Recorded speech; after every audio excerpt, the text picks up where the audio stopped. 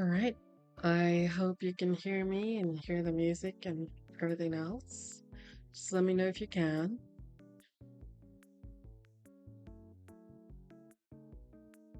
Hello, hello. Hi, quack, quack.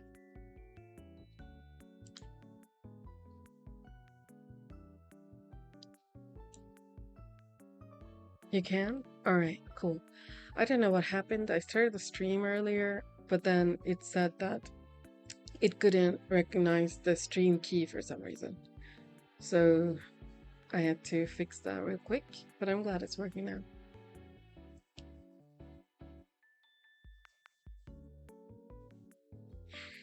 All right, how are you doing? You doing okay?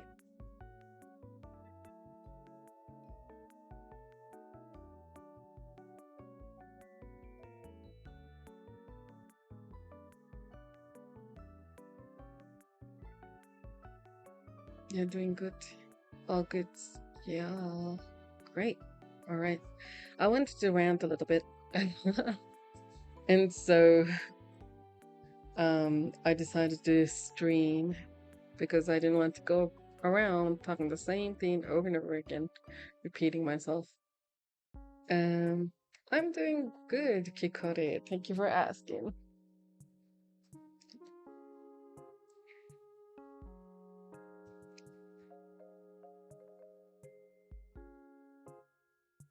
I'm doing really good. I've got a slight cough, I think. I'm not sure. I've been coughing a lot. But I wanted to rant a little bit and I decided to do it on stream.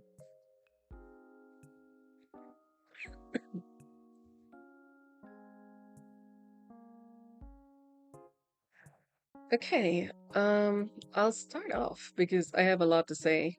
And while I was preparing, like, what order I have to say it, um, I came up with like a 21-page document with the number of things I wanted to talk about.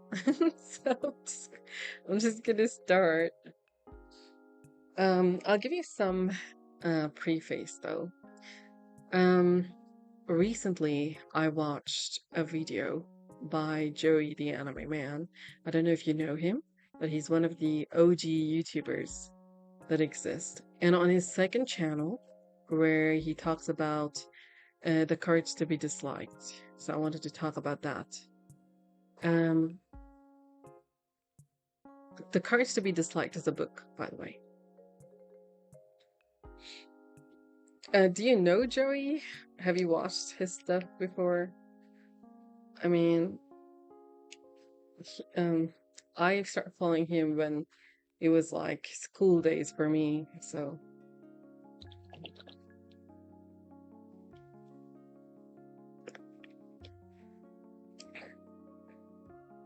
yeah, I heard about him from a friend. Yeah. Hey, all right. So, I mean, if you've been on YouTube long enough, you know that, you know, Joey's been around forever. And I've been following him since my school days. Um, in fact, it was since before he had even 1,000 subscribers. So when I saw his second channel video, you know, it's not just the random creator commentary for me. First, when I saw the thumbnail, I thought something happened. I was very, very scared. Um, but when I clicked on it and saw the first few minutes, it made me feel better that he was talking about a book. You know how when you have that geek friend who keeps talking about anime all the time, and then suddenly you see a thumbnail that's more to do with self-help, you know, and you're like, "What happened? Are you okay?" That's the reaction I had, and mm, I just, wanted to talk about it.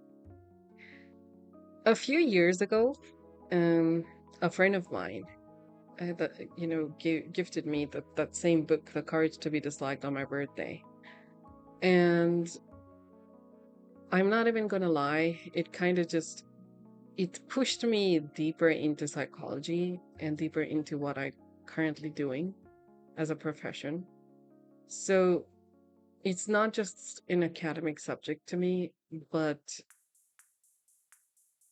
it acts as a lens to understand things like choice or change or responsibility or how we relate to other people. And I know our community specifically has um well, I would say challenges in some of those areas.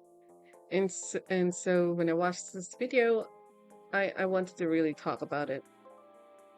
I don't want to comment on this video. If you want to watch it, go ahead.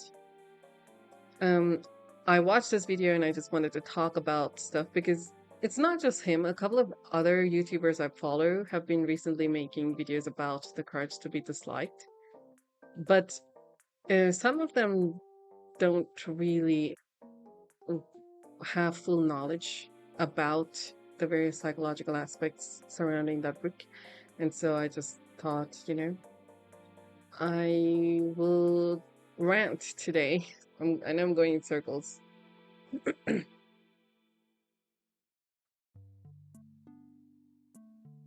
Okay, so this book is based off of Adler. There's a psychologist named Alfred Adler, was a psychologist, you know. Um, and a lot of people talk about Alfred Adler like he's some motivation self-help rebel who stood against Freud and Jung. And yeah, he disagreed with them, but historically they're all part of the same psychoanalytic era. You know, it's the same intellectual soil, just kind of different branches. Welcome, welcome, Archer.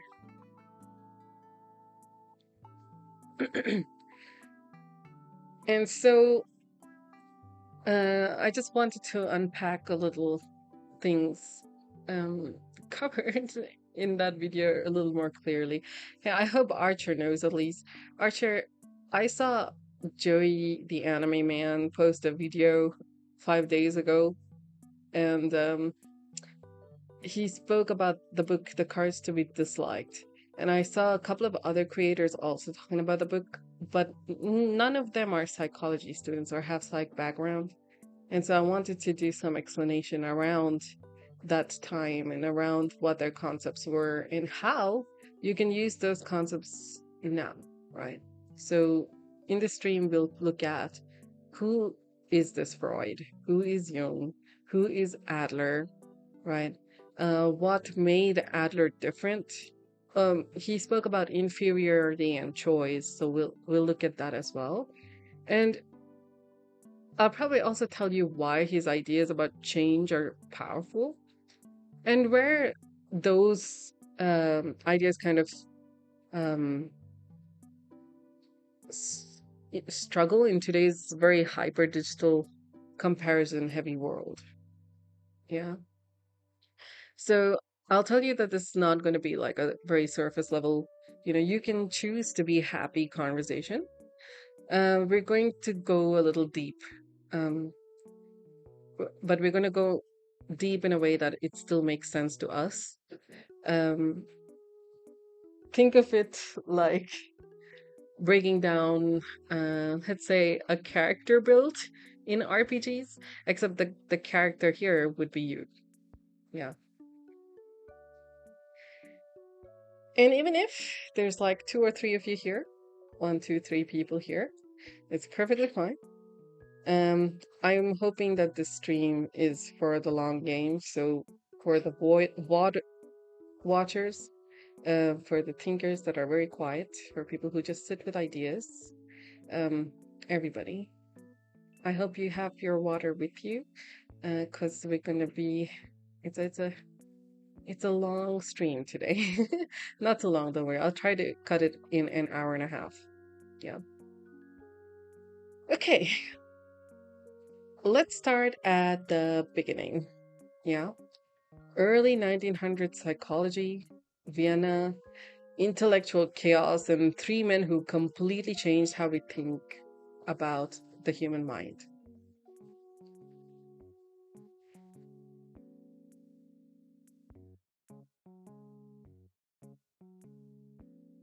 All right, close your eyes for a second. Not literally. Do not click off the stream. But just picture this with me, okay? It's Vienna, early 1900s. Horse-drawn carriages still exist. Electric light is new, and there are no podcasts. There's no YouTube essays. There's no psychology TikToks explaining attachment styles in 60 seconds, right? Psychology is itself isn't fully respected yet at this time. It's sitting kind of awkwardly between medicine and philosophy. People are still arguing on whether the mind can even be studied scientifically. And in small rooms, very smoke filled, intense intellectual rooms, a group of men are arguing about the human soul. And one of them is Sigmund Freud. Freud isn't wearing any kind of woolen cape. I know a lot of people hate him. He's not wearing a woolen cape. He's not the caricature the internet sometimes turns him into. He's a neurologist, a doctor. And he's sitting across from patients who are suffering um, in ways medicine can't really explain.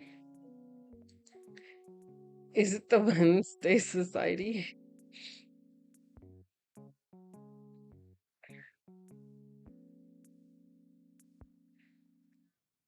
So, okay, give me 1 second.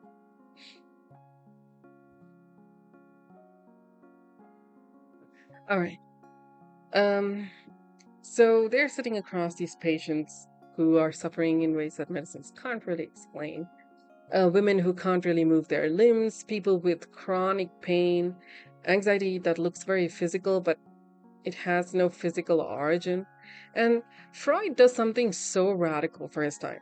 Instead of saying this is fake, he says, what if the body is speaking what the mind cannot? Imagine how destabilizing that idea was, that you could be driven by forces you're not consciously aware of, that your childhood doesn't stay politely in the past. The mind has layers.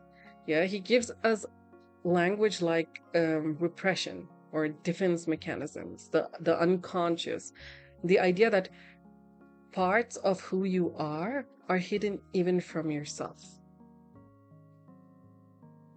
Now, is every detail of Freud's theory accurate by today's standards? No. Some of it doesn't hold up cleanly under a modern research. But what he did was he opened the door. He made it legitimate to say inner conflicts shapes behavior. And sitting in those rooms with him, at least for a little time, was Carl Jung. Jung is younger, he's brilliant, curious. There's admiration between them at first. Freud sees him as his successor. But Jung starts feeling that Freud's lens is way too narrow, too focused on sexuality, too focused on pathology. So Jung looks at myths, dreams, religion, art, and he says that there's something bigger happening here. He talks about art, the various archetypes, recurring patterns across cultures, the hero, the wise figure, the trickster, or most commonly the four archetypes that he has, right? The mask, the shadow, your anima or animus, and the self, right?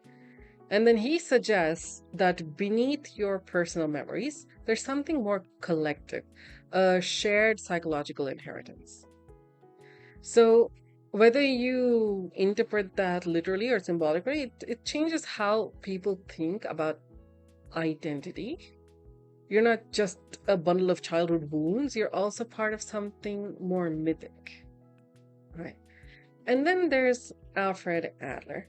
Adler is in the same rooms, same debates, same intellectual tension, but he starts noticing something very subtle. Freud keeps asking, what happened to you?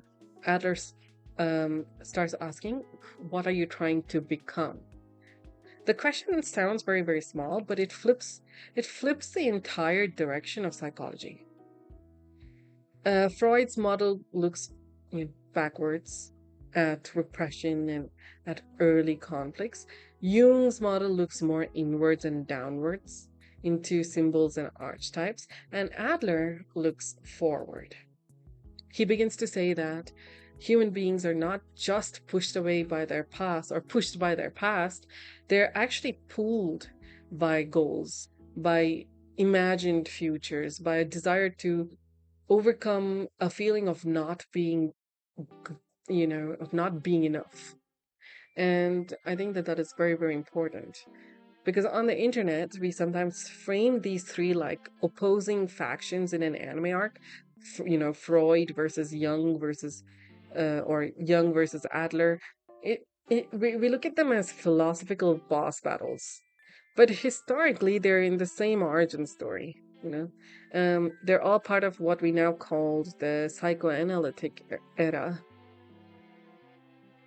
in psychology, and they are all these early attempts to map the invisible terrain of the human mind without neuroscience tools that we rely on today. So these people were part of that era. They were building the first draft of psychological theory in a world without brain scans, without longitudinal data sets, without any kind of digital culture.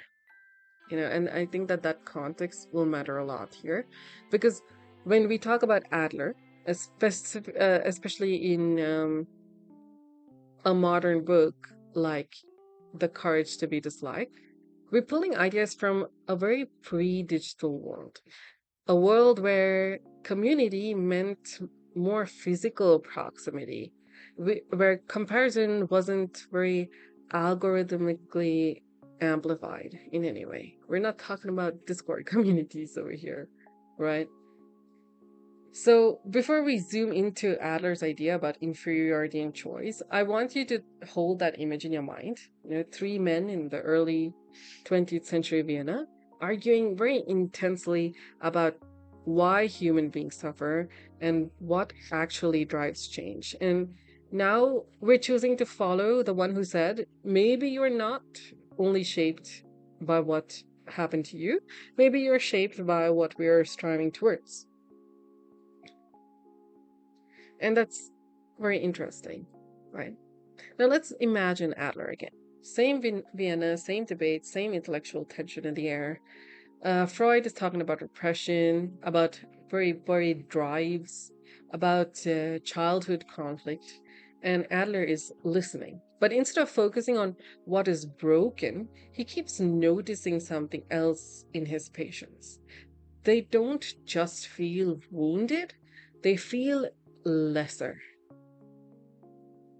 It's not always dramatical, it's not always in obvious ways. Sometimes it's very, very quiet.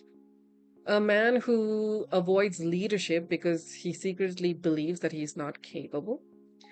Um, a woman who overachieves because she cannot tolerate the idea of being average. A child who becomes disruptive because it's better to be seen as bad than invisible. Sure, we have all watched anime on those tropes that I just mentioned. And Adler starts wondering, what what if this feeling, this sense of being behind, isn't really a pathology? What if it is universal? Right? Think about being a child for a second. Yeah. You're small, you're physically very, very tiny and small. You look up, literally, at adults who can reach things that you can't. They decide things that you can't. They move in a world with power that you don't have yet. You depend on them to survive. That awareness, I am not as capable, that doesn't really need trauma to exist. It's kind of developmental. And Adler says something that is very, very, I think, revolutionary, and that is every human being begins life with that sense of inferiority.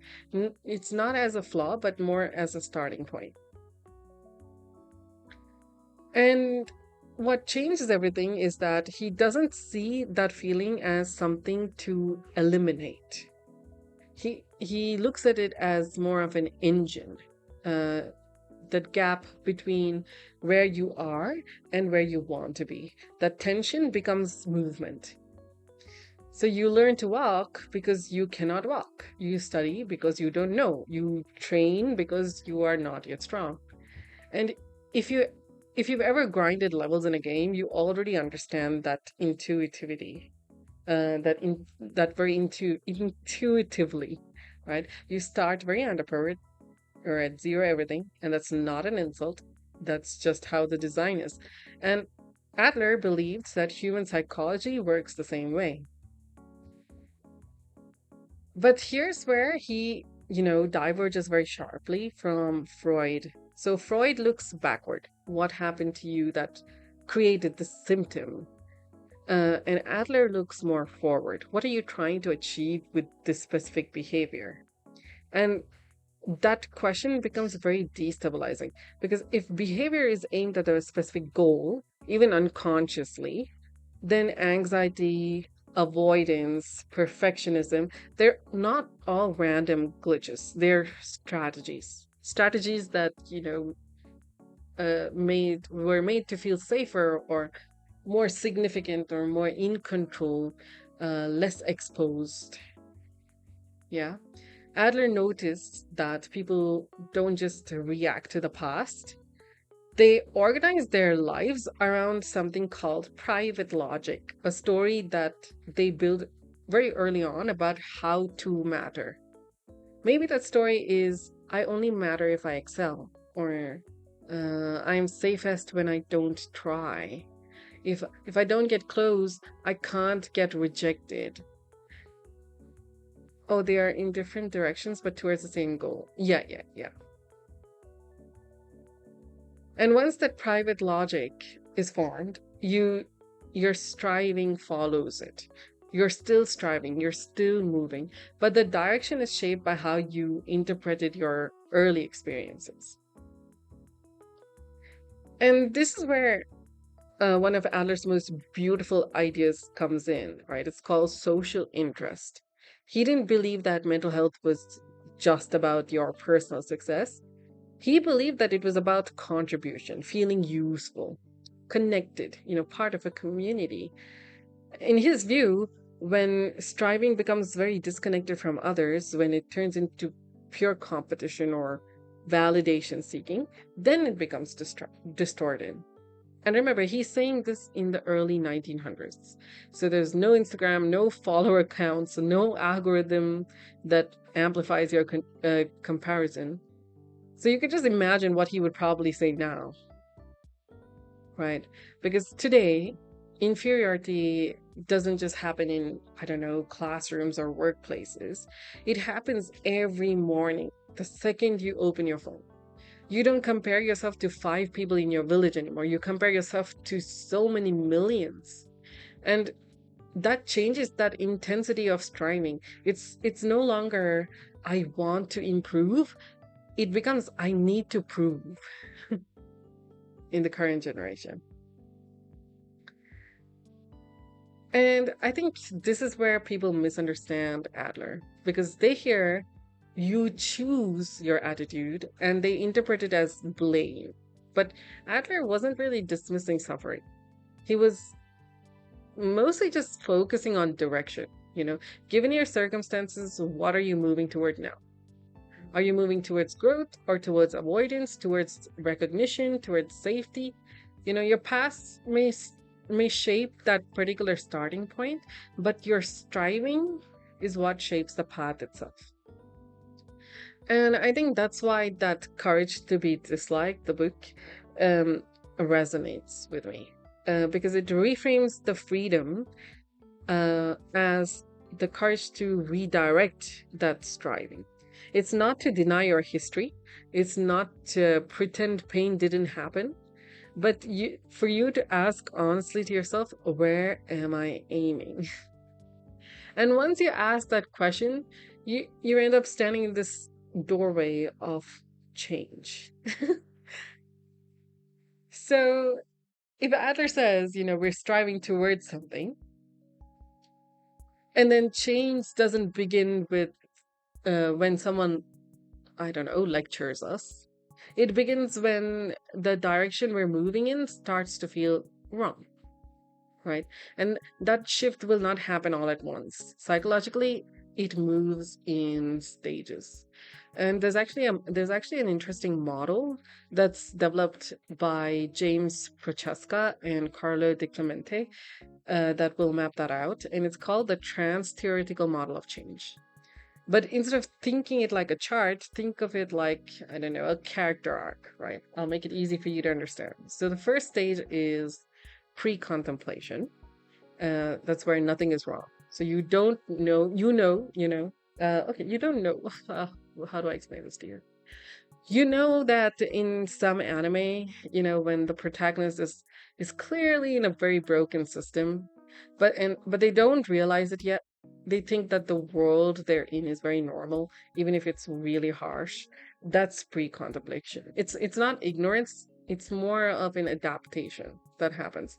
So if someone overworks constantly, maybe they call it discipline. If someone avoids vulnerability, maybe they call it independence, right? If someone numbs out the game or numbs out with games or scrolling, maybe they call it relaxing, right?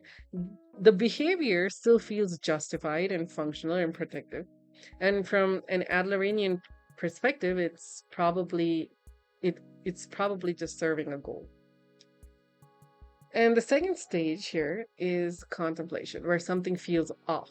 So this is the moment when the character realizes uh, that the world they're in isn't really aligned with who they want to be. It's not like a dramatic rebellion just yet, right? It's just a little bit of discomfort. You start thinking things like, why am I always exhausted? Why do my relationships feel so distant? Why does this achievement not feel satisfying? And this stage can last such a long time because knowing something is misaligned doesn't automatically make you ready to change it. Awareness and courage are not the same thing. You got to remember that. And then the third stage is preparation, where, it's a maybe I could stage. This is where that internal dialogue shifts. You're not fully acting yet, but you're imagining alternatives. If you ever um respect a character build in any kind of RPG, then you know this particular phase. You don't delete your old build immediately. You research, you theory craft, if you will. You watch other players, you calculate risk. Preparation is psychological theory crafting, right? So you start saying, maybe I should try therapy, or maybe I should reduce my workload. Maybe I should have that conversation. That old identity hasn't fully dissolved, but it is definitely loosening. And then we have the next stage, which is action, where it is the I am doing it stage. So this is the very visible stage, the montage stage. I know you join the gym or you uninstall the app. You set boundaries. You look at you book your appointment, right? And from the outside, this looks very powerful, but internally it feels very unstable because your old behavior wasn't really random, right? It protected you. When you stop people pleasing, you feel kind of selfish, or when you stop overachieving, you feel lazy. When you stop numbing out, you feel more exposed. In gaming terms, how can I explain this? It's like switching from a very defensive build to like a glass cannon build. You hit harder, but then you feel very, very vulnerable. And the growth that happens always removes some form of armor, right? And then the next stage is maintenance. This is who I'm becoming. So this stage is more quieter. It's not poof, dramatic transformation, right? It's repetition. It's choosing the new behavior even when the old one feels a lot easier. And this is where Adler's idea of striving becomes more stable. You're no longer trying to prove something. You're just moving consistently in a chosen direction. And this is also, there's a big but here. The digital era kind of just complicates everything because we're constantly exposed to other people's action stage, right? Fitness transformations, I don't know, career pivots, a lot of emotional breakthroughs. We don't see their pre-contemplation. We barely even see their contemplation. We definitely don't see their maintenance boredom, right? So we compare our internal hesitation to uh, someone else's highlight reel, if I could call it that, you know? And that just kind of distorts our sense of timing. So if you're still, sitting in contemplation right now, that doesn't mean that you're failing. It means that awareness for you is building. And awareness is that first sign that your striving is shifting its direction. So now the hard question, if change is a process and striving is always happening, why is it so difficult to apply Adler's idea today? And I think that that's where we need to talk about the friction that occurs.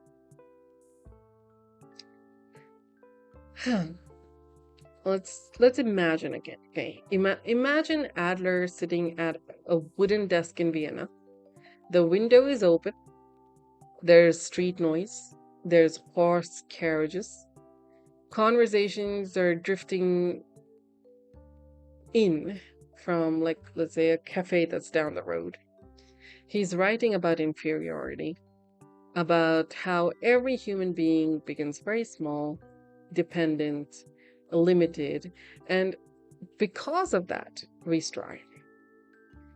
We try to grow, to improve, to matter. Now imagine taking that same theory and dropping it into 2026. You wake up, your phone lights up before your eyes even adjust. Notifications pop up, likes, stories, someone announcing an engagement, someone launching a business, someone your age with a six pack and a sponsorship. You haven't even brushed your teeth and you're already behind. In Adler's world, inferiority was personal and very local. You compared yourself to your classmates, to your siblings, to the smartest person in town. There was friction, there was limits, but today your comparison pool is very infinite. You know, it refreshes every 5 seconds. It's very curated, it's very filtered. It's optimized in a way to trigger your emotions.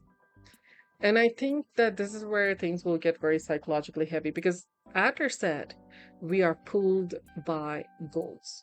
Our behavior serves a purpose. Even our symptoms serve a purpose. And that's very powerful because it means that you are not broken, you're very oriented. And I think that here's the uncomfortable expansion, right? What happens when the goal themselves are shaped by algorithms? What happens when the visibility becomes the currency of worth? When productivity becomes identity, or when rest feels like you're falling behind? It's like logging onto a game where the leaderboard is just permanently visible. You can't turn it off. You see your rank. You see everyone else's rank. Even if you're not competing, you're competing. And then now, here we can bring trauma into the picture because not everyone logs into this world with the same internal setup. Some people grew up with attuned caregivers. Their nervous systems learned safety at a very early age. Some people grew up scanning for danger. Their bodies learned uh, what's the word I'm looking for? Hypervigilance before they learned, I don't know, algebra, right? And that's not mindset.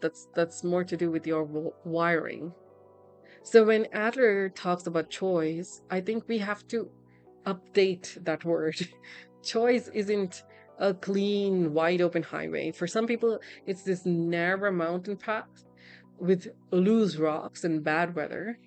And and then there's personal relational depth, right? So Adler believed in social interest, community, belonging, contribution, all that. He believed that mental health meant feeling connected to humanity as a whole. And here we are in the most connected era in human history. And and so, you can stream to strangers in 5 countries now. You can message someone across the planet instantly. You can sit in a Discord server with hundreds of usernames glowing green at the same time, right? And yet, how many of those people know what scares you at 3 a.m.? How many know what your silence means?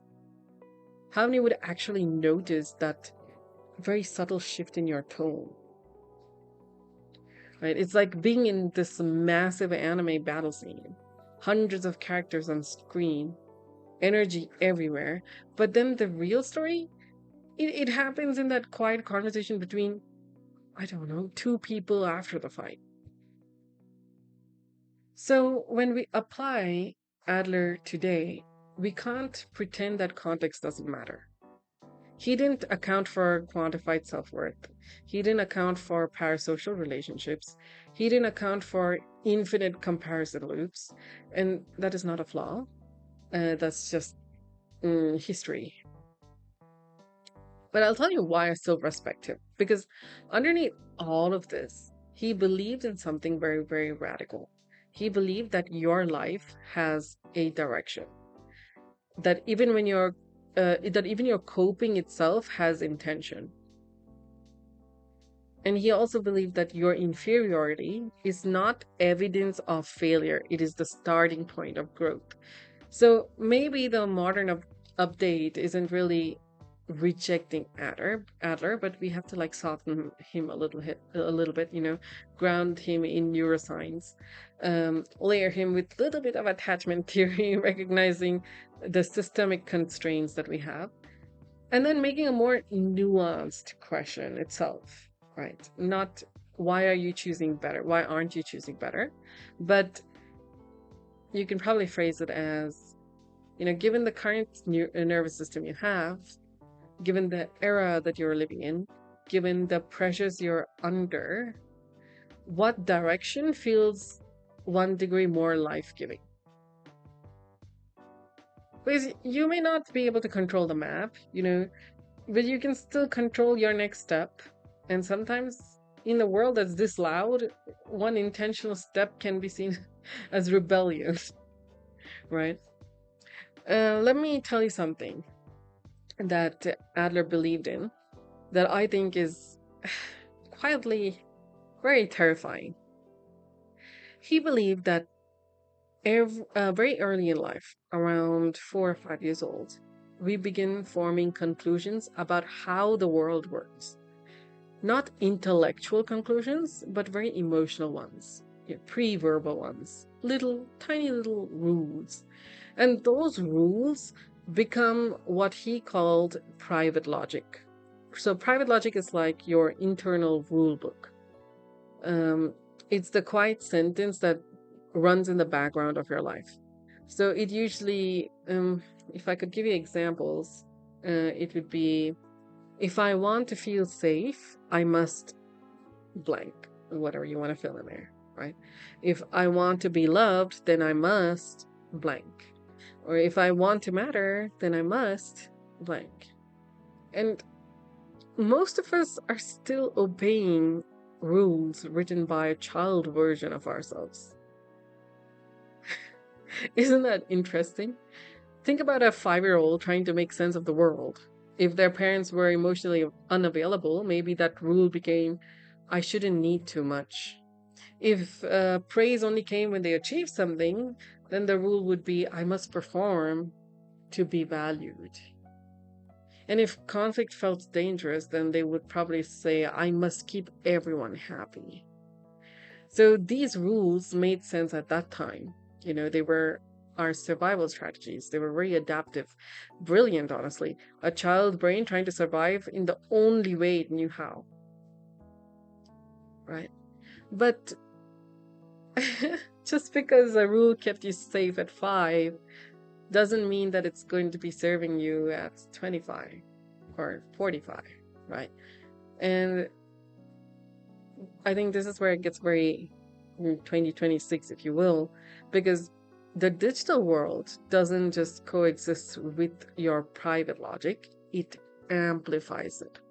So if your private logic is, I must be exceptional to matter, what does Instagram do to that? What does LinkedIn do to that? What does streaming do to that? Right? You post something, you refresh, you check the numbers, your nervous system spikes. No, it's not because you're shallow, but because your childhood rule book just got activated. And here's why I'm going to say something to you very clearly. Some of you aren't chasing success, but you are chasing relief. Relief from the rule that says that you're not enough yet. Think about anime protagonists for a second, right? Um, don't think about the flashy fights that they have, the wound, right? Uh, what's a common example I can give you? Naruto. Everyone's watched Naruto, I hope. Naruto doesn't just want to be a Hokage, right? He wants to stop feeling invisible. Midoriya, as much as I don't like the anime, Midoriya doesn't just want power. He wants proof that he's actually worthy. That's private logic. The quest line is not really random. It's very compensatory.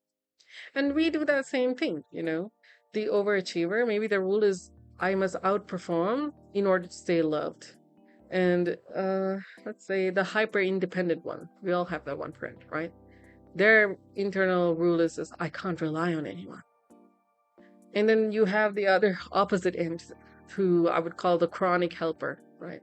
For them, it would be if I'm useful, then I won't be abandoned, right? Or the one that is obsessed with visibility, right? A lot of people on social media come under this category. Basically, if I'm seen, then I exist. And here's why, or where we can get somewhat therapeutic is Adler didn't say that private logic is bad. Okay, he just said that it's very limited, that it's based on incomplete information. So a 5-year-old doesn't have full data about relationships. They don't understand adult stress. They don't understand the systemic inequality that exists. They don't understand emotional immaturity in their caregivers. They just form conclusions and then they live by them. And sometimes, your anxiety isn't really a disorder anymore. It's become this bodyguard protecting a very outdated rule in your book. Perfectionism works, until it costs your peace. People pleasing again works until you don't know who you are. And then hyper independence, an example I gave you earlier, that also works until, let's say, intimacy feels very threatening. But I want to confront you with a question. And if you can answer it in the comments, I'd really appreciate it. What rule did you write at 10 years old that you're still obeying right now? Right? Feel free to type it in the chat whenever. Or you can just sit with it, that's fine too. But what sentence are you still living by? What is that sentence? Because here's the shift, right? Awareness doesn't mean that you delete that rule. It means that you examine it. You ask, is this still necessary? Is it still accurate? Is it still serving the adult version of me? And over here, Adler becomes powerful again because he believed that once private logic becomes conscious, then direction becomes more flexible. It's not easy, it's just flexible.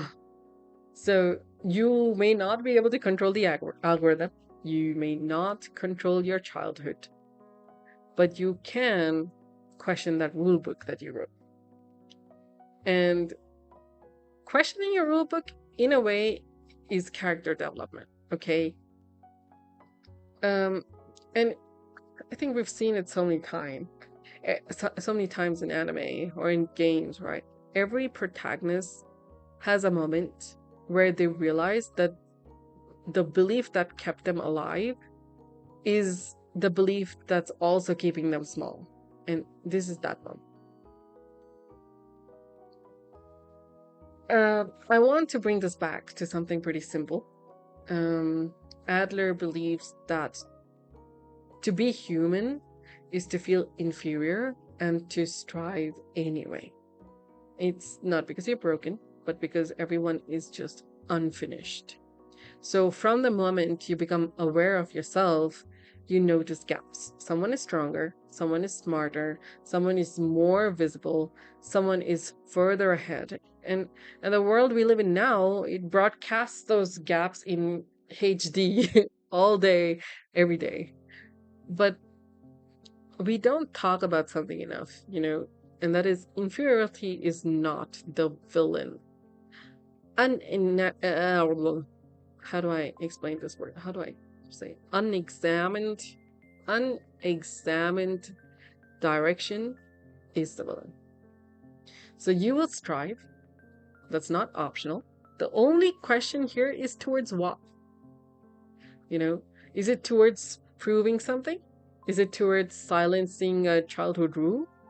Are you going towards outrunning shame or towards being undeniable? Or are you striving towards contribution, towards meaning, towards connection, towards something that just feels steady instead of urgent, right? You don't get to choose whether you feel behind sometimes. You don't get to choose that the era that you were born into. You don't get to choose the nervous system that you develop in response to whatever environment you live in, but you do get to choose direction. And direction is a lot quieter than motivation, right? It's smaller than breakthrough. It's less dramatic than a transformation arc. It's 1 degree away from comparison, 1 degree towards curiosity, 1 degree away from I must prove, and 1 degree towards I want to build. Yeah. And there's a philosophical part to this. In a digital world that will monetize your attention, your insecurity, your visibility, choosing that direction intentionally is rebellion. It's a very quiet rebellion. It's you deciding that your worth is not a metric. It's deciding that rest is not regression. It's deciding that your childhood rulebook can be revised. You know how many times our books get text revisions all the time? My God, one disorder might be disorder today, tomorrow it's not going to be, you know? So your childhood rulebook can also be revised. And if I'm being honest, most people aren't stuck because they're lazy. They're stuck because they're loyal. Loyal to those rules that once kept them safe. And you don't need to feel shame or need to shame that loyalty itself. You can thank it, and then update it after. Um, Adler didn't believe in perfection. He believed in social interest, in contribution, in the idea that mental health is tied to feeling connected and useful. And in a way, that extends beyond just ego. And uh maybe that's something that could be like a final question for uh this afternoon, right? Or night tonight or morning, whatever time it is for you. Don't ask, how do I become impressive? Um, maybe you can ask, how do I become useful in a way that feels more aligned? Because the main character arc is not really about becoming the strongest in the room, you know, it's about outgrowing that belief that you were never enough to begin with. You are not behind, you are in progress. You are not broken, you are oriented, maybe just in a direction that needs a little bit of adjusting. And adjusting direction doesn't really require any kind of dramatic life overhaul. It just requires awareness, honesty, and a teeny tiny bit of courage. You know, courage to question your private logic, courage to redefine success, courage to log off sometimes, and courage to probably build quietly. And yeah, God, I went on talking for so long.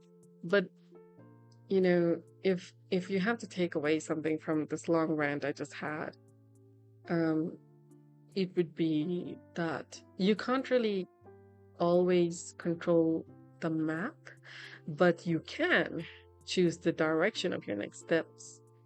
And I think that that's more than enough to start or to begin.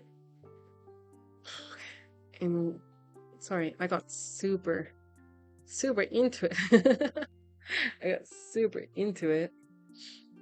Um, because I had so much on my in my mind, I just had to get it out. But I'm glad you were here to listen to it. All right. And that's all I wanted to rant about. Do you guys have anything left to say? Or you want to say? We're here. Yep. Thank you for being here. What do you think so far out of everything that I've said? What are your thoughts? Do you have anything you want to add? I just really wanted to rant about it.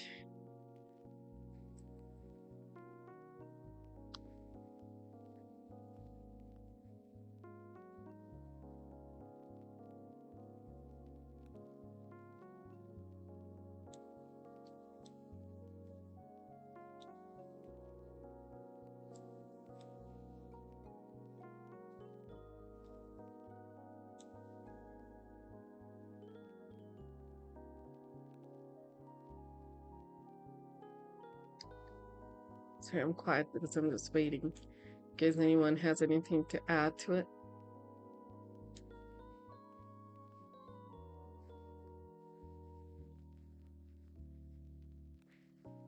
It was pretty interesting. Yeah, yep. I'd say that too. It's great. I think it's great.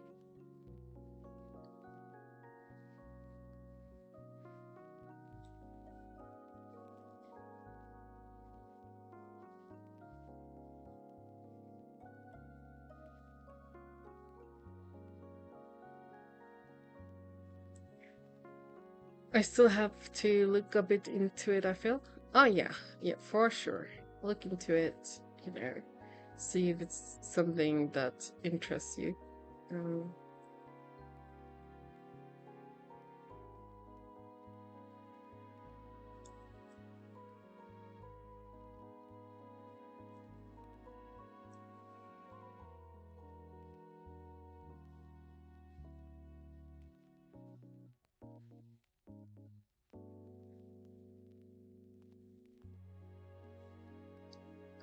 but yeah, I just wanted to rant about that. It's not much. I don't, I don't know if it is much. Um, I just know I wanted to talk about it, and I feel a lot better talking about it now. Having spoken about it, of course, the video will be on YouTube, and the stream will be on YouTube. in case you want to go back and watch it or something to see what we spoke about. And if you have opinions about it, see if you can comment on YouTube as well. Give your perspective on that stuff. It would absolutely make my day. Yeah. What do you think about the model, by the way? You like it? I know I keep changing models, but I'm yet to, I guess, I really like different stuff. I don't like sticking to something very permanent. If I feel like changing something, then I just do it. So I may never ever have a permanent model, if I'm being honest, but at least it's cute. Fan art time. I don't think I don't think I'm that big to like have fan art. That's funny. But yeah. Thanks for stopping by in today's stream, by the way. It really made my day. Uh, I don't know when I will stream next. It might be tomorrow. I do not know. Maybe, maybe not. We'll see. But yeah, I'm glad I was able to rant today about stuff that I really wanted to.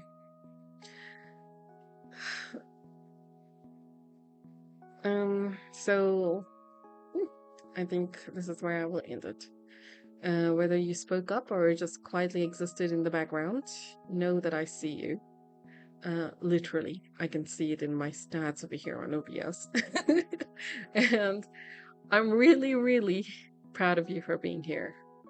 Know that healing does not take a straight line. Yeah, but you know this already. It's the same thing with leveling up. It's okay if all that you did today was just breathe. I think that's more than enough. I'll be here again whenever next. I don't know when I will be on here next, but whenever that is, I'll be here, the same energy. And you can drop by whenever you're ready to drop by again. Until then, just be kind to your heart. Drink your potions, especially water.